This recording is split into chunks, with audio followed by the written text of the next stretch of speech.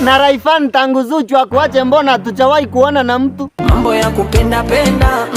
Na mbona utaki mambo na mapenzi sasa? Mapenzi nilianzisha yakanifurahisha yakanibadilisha jamani. Pole sana kaka. Na unamwambiaje Zuchu mahali aliko? I want you to know I miss you. Ngoja kidogo. Na mbona hujawahi mfuatilia labda anaweza rudi? Naogopa.